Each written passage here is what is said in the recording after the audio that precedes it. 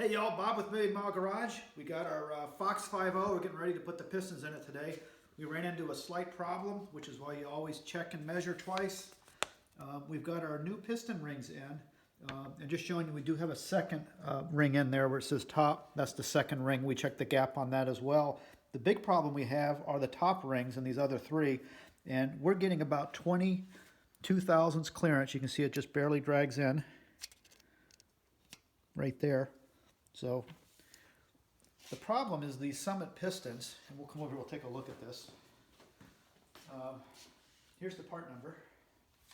It's a 17302C, and 30 is 30 over.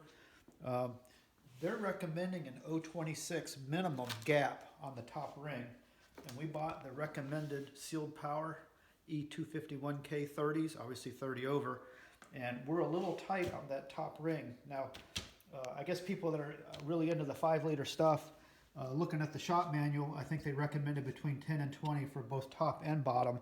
They don't give a extra clearance specification on the Summit piston for the second ring, so we're going to assume that the second ring is going to be okay in that 10 to 20 range, and those are measuring out at 18 thousandths, so they're just a kind of right on the end of that, and of course they do run a little wide on that range as well, which is fine. So what we're going to have to do is we're going to have to gap all of these rings today before we put them in, just so we got a warm and fuzzy.